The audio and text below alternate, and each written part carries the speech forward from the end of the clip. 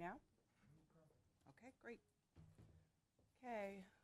Good morning, everybody. Today is Wednesday, October 11th, 2023. It's approximately 10 a.m.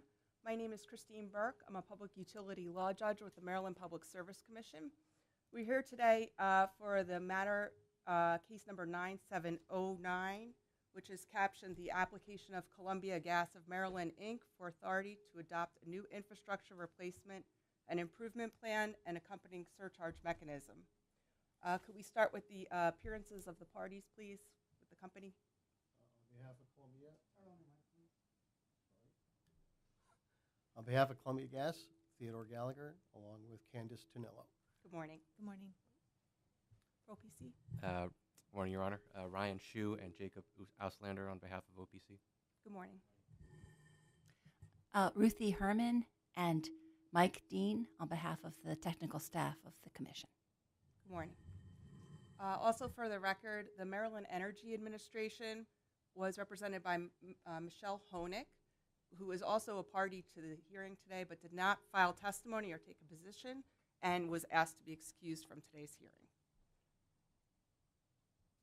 My understanding is that the parties have agreed to waive cross-examination and stipulate to the admission of pre-filed testimony. Is that correct? Okay. Would we start with the company, please, with exhibits? You want to identify what you intend to admit? Good morning, Your Honor. Late last week, we circulated a list of exhibits that Columbia, Maryland intends to submit into the record in this proceeding. Does Your Honor have a preference whether I read through the list item by item or submit the list to the court reporter as its own exhibit? Yeah, if you want to submit the list, that's fine. I have provided a copy to the court reporter, and all the parties received a copy last week. Okay. And we can identify the list as Columbia Exhibit 14. Okay, that'll be marked in, as Exhibit 14, which is a list of all of Columbia's exhibits. I'm sorry, I don't think I received an exhibit list from... I hit reply all to your email that you sent your exhibit list to, but I have an extra copy, Mr. Shu, if you would like it. Sure. Oh, I see it now. Sorry, never mind.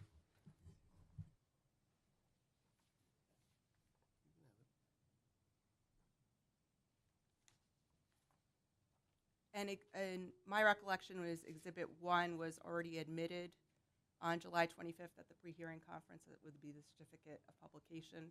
That's correct, Your Honor. Okay. For the record, could you please read through your exhibits? Sure. Thank you. Your Honor, as you said, Exhibit number 1 is the pre-hearing conference certificate of publication. That was admitted to the record on July 25th, 2023 at the pre-hearing conference of this matter. Columbia Exhibit 2 is the public input hearing certificates of publication. They were submitted for filing with the Commission on August 29th, 2023.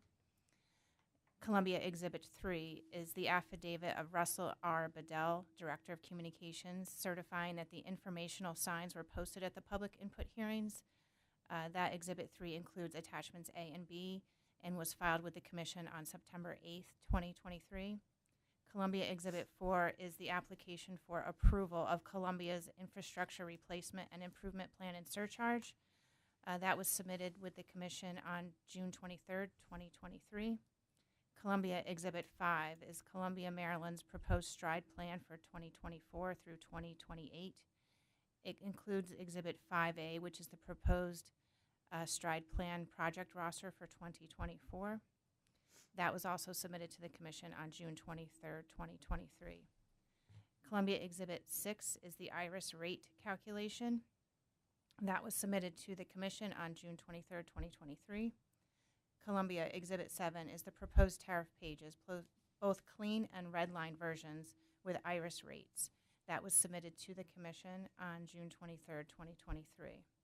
Columbia Exhibit 8 is the direct testimony of Rebecca Danhires, Manager, Rates and Regulatory Service. That was submitted to the Commission on June 23rd, 2023. Columbia Exhibit 9 is the direct testimony of Brian McCall, Vice President of Gas Operations, and that was submitted to the Commission June 23rd, 2023. Columbia Exhibit 10 is the direct testimony of James F. Rasher, Manager of Regulatory. That was submitted to the Commission on June 23rd, 2023. Columbia Exhibit 11 is the rebuttal testimony of Brian McCall, Vice President of Gas Operations, submitted to the Commission September 19th, 2023. Columbia Exhibit 12 is the rebuttal testimony of Nicole Poloni, Director of Rates and Regulatory Affairs. That was submitted to the Commission on September 19th, 2023. And finally, Columbia Exhibit 13 is the rebuttal testimony of James F. Rasher, Manager of Regulatory, submitted to the Commission on September 19th, 2023. And then what we marked this morning, Exhibit 14, is the list of exhibits for Columbia Gas of Maryland. All will be marked. Is there any objection to the omission? No, Your Honor. Okay. Exhibits 1 through 14 for Columbia Gas are admitted to the record.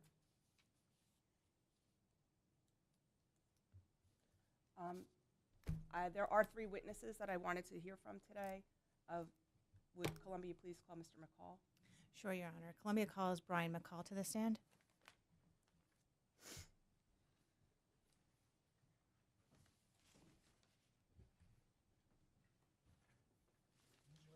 Do you solemnly affirm under the penalties of perjury the statements made in this matter will bear the truth, the whole truth, and nothing but the truth? State your full name. Brian Michael McCall. Could you speak into the microphone, please? Brian Michael McCall. Spell your last name MCCAUL.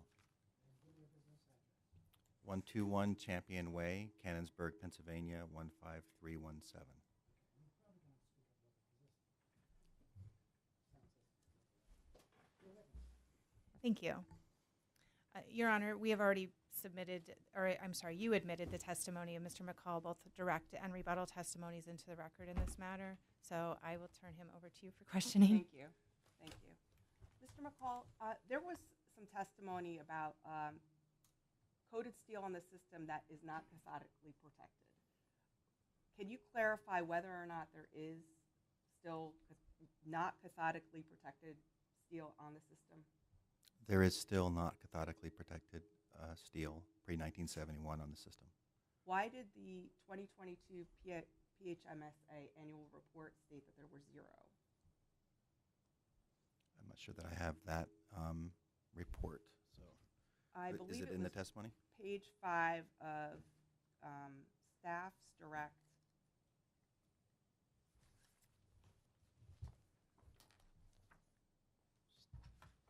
In Columbia's annual report, it stated that there was 0 Which coded mains. So it would be staff direct, page 5, line from 15. from which person at staff? Oh, I'm sorry, witness Acosta. Acosta.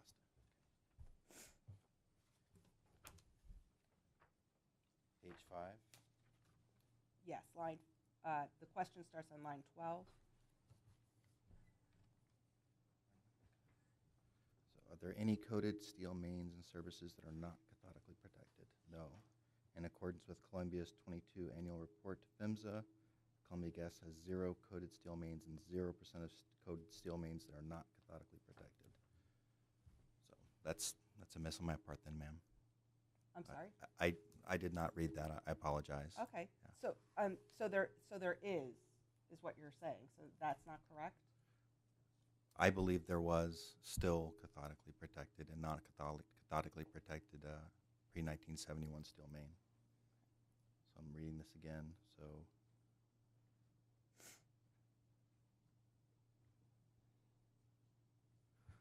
So I would have to get back to you, Judge, and cross-verify that myself. Okay, that can be bench data request 1.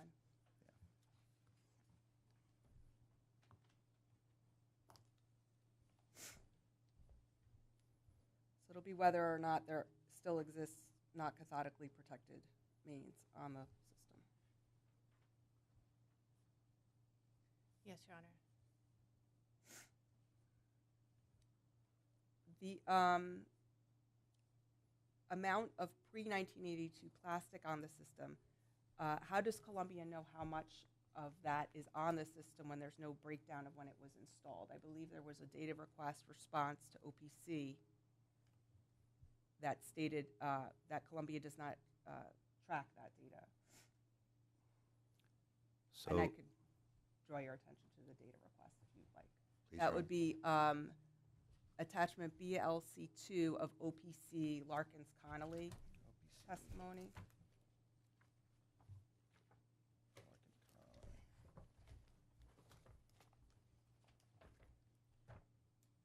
Which attachment again, Your Honor? BLC2, BLC2. and I believe it is. This is big.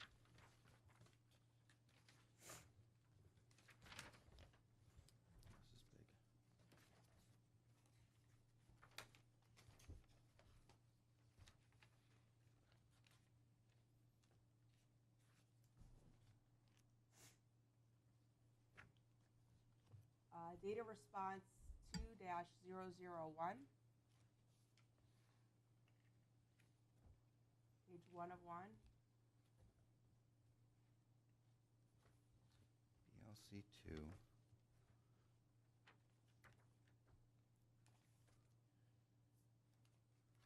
So I'm at attachment BLC2, Your Honor. Now where? It is response to data request OPC 2-001.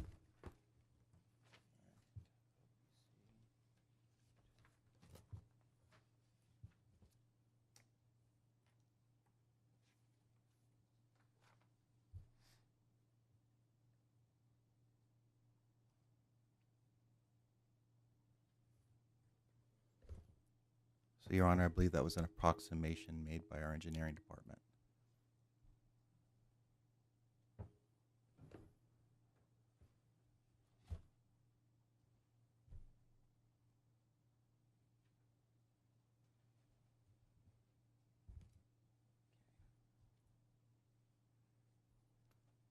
In both Stride 1 and Stride 2, Columbia's plan was to have all the bare steel replaced by 2026. Why has that changed with Stride 3? Your Honor, the biggest difference with Stride 3 is we're attempting to take our risk mitigation model to be more comprehensive. Bare steel has gotten a lot of attention, and it is, as an asset category, the riskiest asset category, but we believe that when you include the ability to modernize a system to medium pressure, add excess flow valves, remove reg stations, take into consideration the damages that we report, and we're able to see the neighborhoods and get that feedback, that we can remove more risk per dollar spent in a comprehensive system approach rather than just looking at asset categories alone. So this is our attempt to be a better steward of the dollar and remove more risk.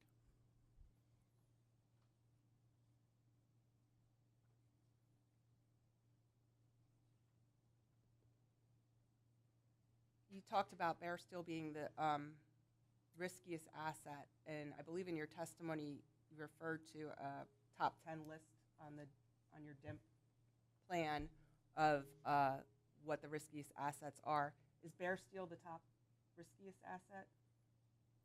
I believe it's a top 4, but I would have to check the DIMP list myself. What would be, where would pre-1982 plastic fall on that list? I think it's also a top 4, Your Honor, maybe number 4. Bench data request 2. I'd like a copy of the top 10 growing risks to the system.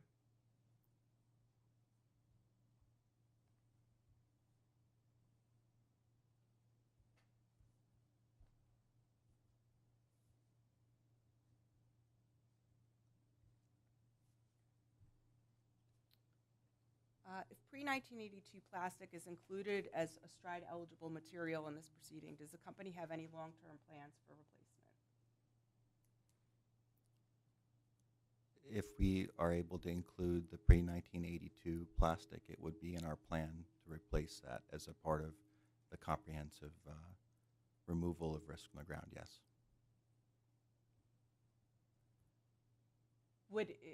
would it be a priority as far as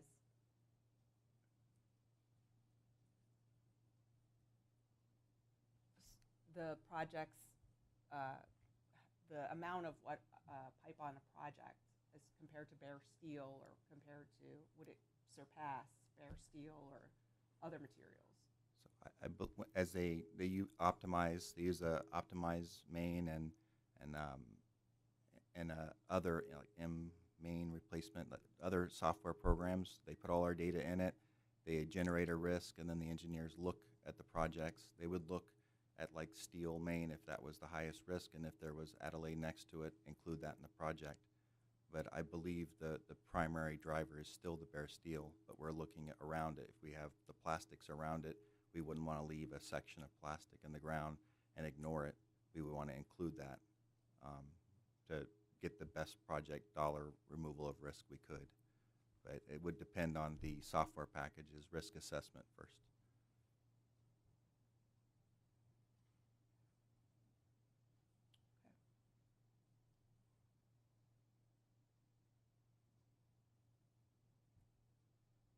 Okay, thank you. I don't have any other questions.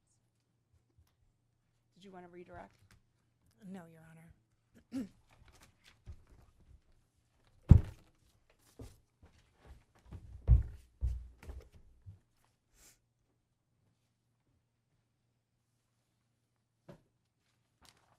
Mr. Shu, would you like to go through and identify OPC's exhibits, please? Sure, Your Honor. OPC would like to mark as OPC Exhibit 1 the pre-filed direct testimony of Brendan Larkin Connolly, submitted September 1st. I guess I'll just go through them all. OPC Exhibit, we'd like to mark as OPC Exhibit 2, Brendan Larkin Connolly's rebuttal testimony, submitted September 19th. As OPC Exhibit 3, Brendan Larkin Connolly's surrebuttal testimony, submitted September 28th. As OPC number 4, the direct testimony of Greg R. Martin, submitted September 1st. Oh, Meyer, sorry. At OPC Exhibit 5, the surrebuttal testimony of Greg R. Meyer, submitted September 28th. Okay, and my understanding there is no objection to the admission of the testimony? Okay. No, Your Honor. OPC Exhibits 1 through 5 will be marked and entered into the record. Thank you, Your Honor. For staff? Yes, should I approach the court reporter with my list? Okay, okay. Staff 1, Your Honor, would be the direct testimony of Lucy Shea, filed September 1 into the docket. Staff 2 would be the direct testimony of Carlos Acosta. Oh, so I'm going to just stop you for one Sure. moment, because on my list, I have this testimony of Carlos Acosta first. So I just want to make sure we're going. We can do it that way. Yeah, I put it 2 on my list today, but I can go by the way we had it. Okay, the list that you sent me, I think, has Mr. Acosta's direct testimony and surrebuttal testimony as Exhibit 1. Okay. That would be Staff Exhibit 1, the direct of Carlos Acosta and the surrebuttal. Yes. Thank you. And Staff Exhibit 2, the direct testimony of Lucy Shea. And Staff Exhibit 3 would be the direct testimony of Alden Manka. Okay.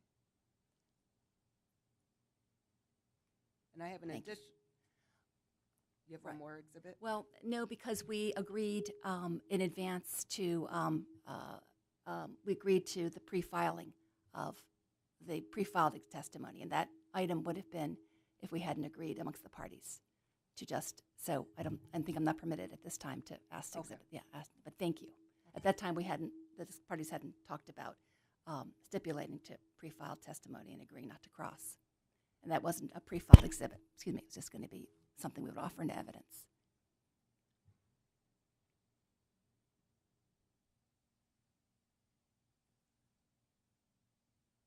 Okay, so staff's Exhibits 1 through 3 will be marked and entered as, no, I'm assuming there's no objection. Staff's Exhibits 1 through 3 will be marked and entered into the record.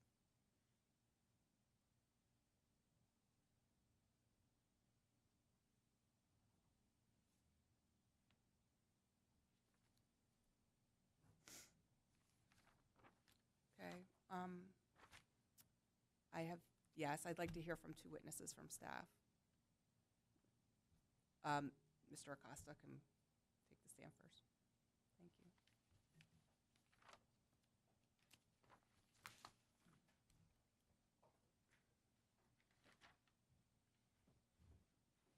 Good morning, Your Honor. Good morning. Raise your right hand. Do you solemnly affirm under the penalties of perjury the statements made in this matter today are the truth, the whole truth, and nothing but the truth? Yes. State your full name. Carlos A. Acosta.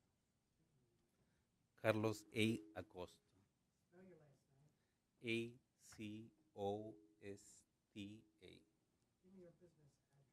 6 St. Paul Street, Baltimore, Maryland, 21202. Thank you very much. Thank you. Thank you. Mr. Acosta, you provided testimony regarding contingency pipe, the allowance of contingency pipe on STRIDE projects. That's The- correct. Okay. The recommendation was that contingency pipe should be limited to no more than 10% of projected priority pipe to be replaced, and any additional over that would be excluded from the surcharge, correct? That's correct. Okay. Okay. That is correct. Would staff reject the project entirely if the amount of contingency pipe exceeded the 10%?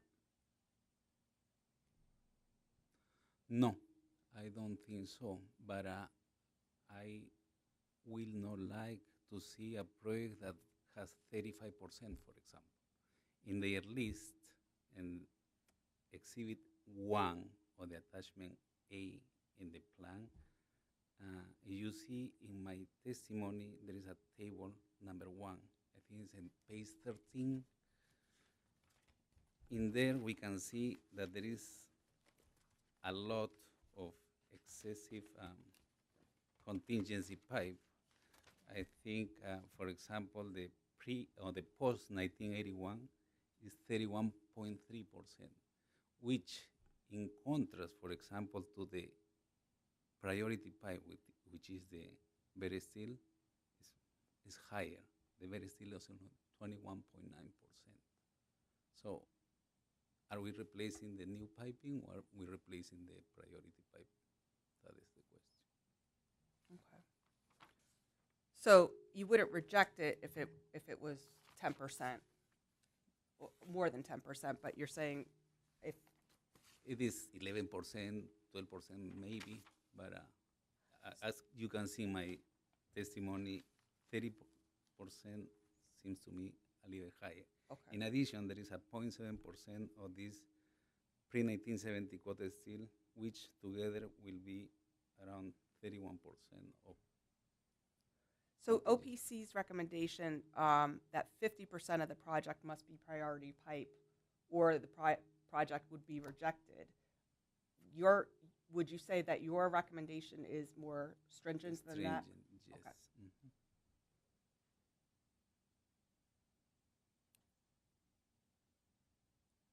Has the commission considered pre-1982 plastic or pre-1971 coated steel as part of STRIDE plans for any other utility? No, that I know.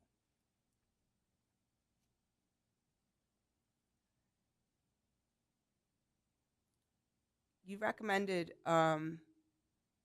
including the pre-1982 plastic as priority, even though there was not a detailed leak data. Why was that? Yes, that is correct. FEMSA, which is the Pipeline Hazardous Material Safety Administration, has various bulletins that they advise operators to be proactive and monitor this pipe. In certain cases, it's recommended to replace this pipe because the embrittlement of this pipe with the time increases. It's like you have a pipe underground, and you go to excavate that, it will crack like a glass. So it's very unsafe. Now, this is certain kinds of pipe that they were installing pre-1982. I understand that Colombia has this certain plastic in their system, but also I understand that they don't know where the plastic pipe is. So that's why we agree with Colombia to replace this pipe in order to increase safety in their system.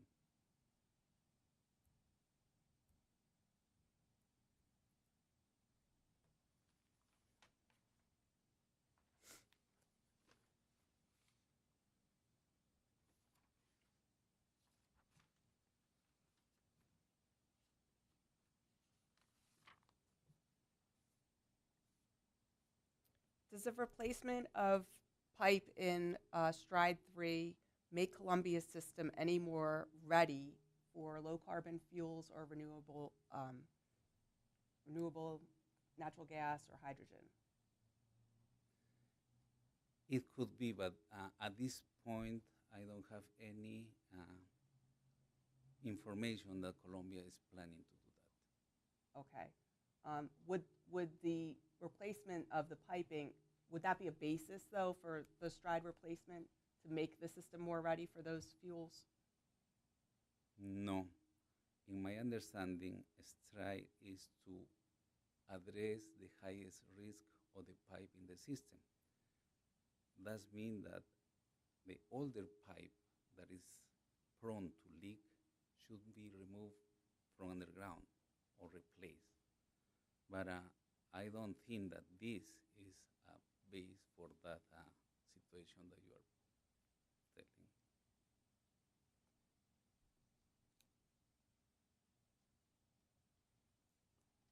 You made a recommendation that all 2023 projects be completed prior to initiating the approved 2024 projects. Has that been recommended in any other Stride program? No. In Colombia. I don't know in other utilities. In Colombia, typically, they complete all the projects all years. In the last 9 years, Colombia showed the accomplished that they finished the 8 miles commitment. I understand that they are telling us now that the commitment for 2023 will be no accomplished.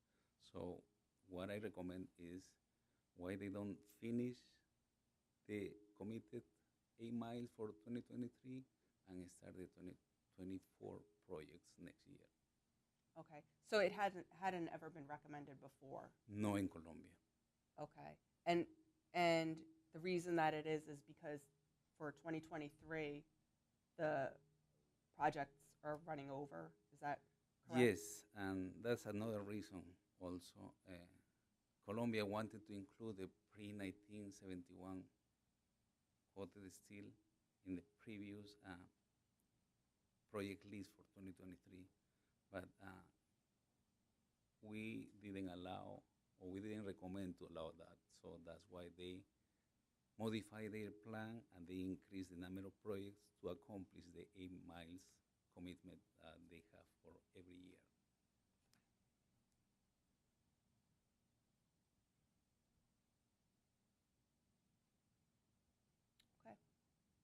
Okay, thank you. Thank you very much.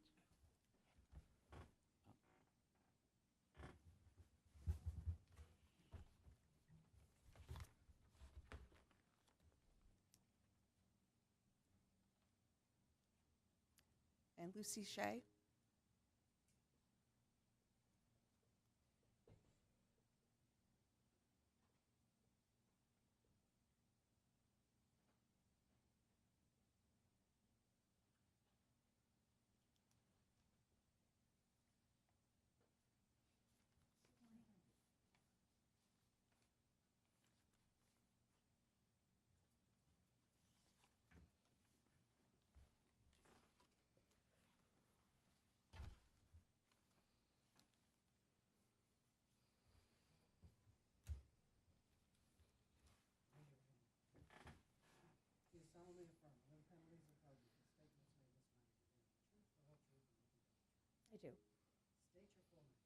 Lucy Shea. S-H-E-A. 6 St. Paul Street, Baltimore, Maryland. Thank you. Good morning. Hi. The settlement in case number 9701 Columbia Gas's most recent rate case, how does that settlement impact the IRIS surcharge in this case? Well, all of the factors, some of the factors will be changing that go into the grand recalculation of the revenue requirement.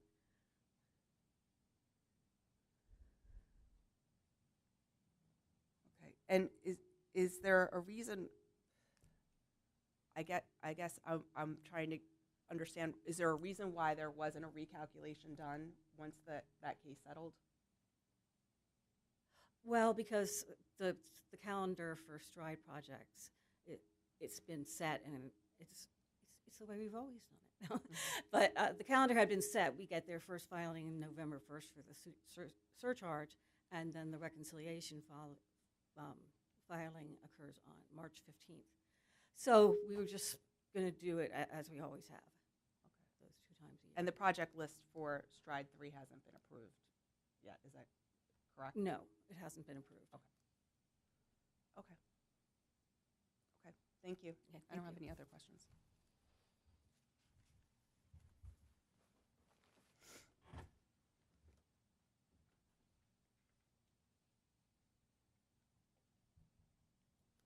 Okay.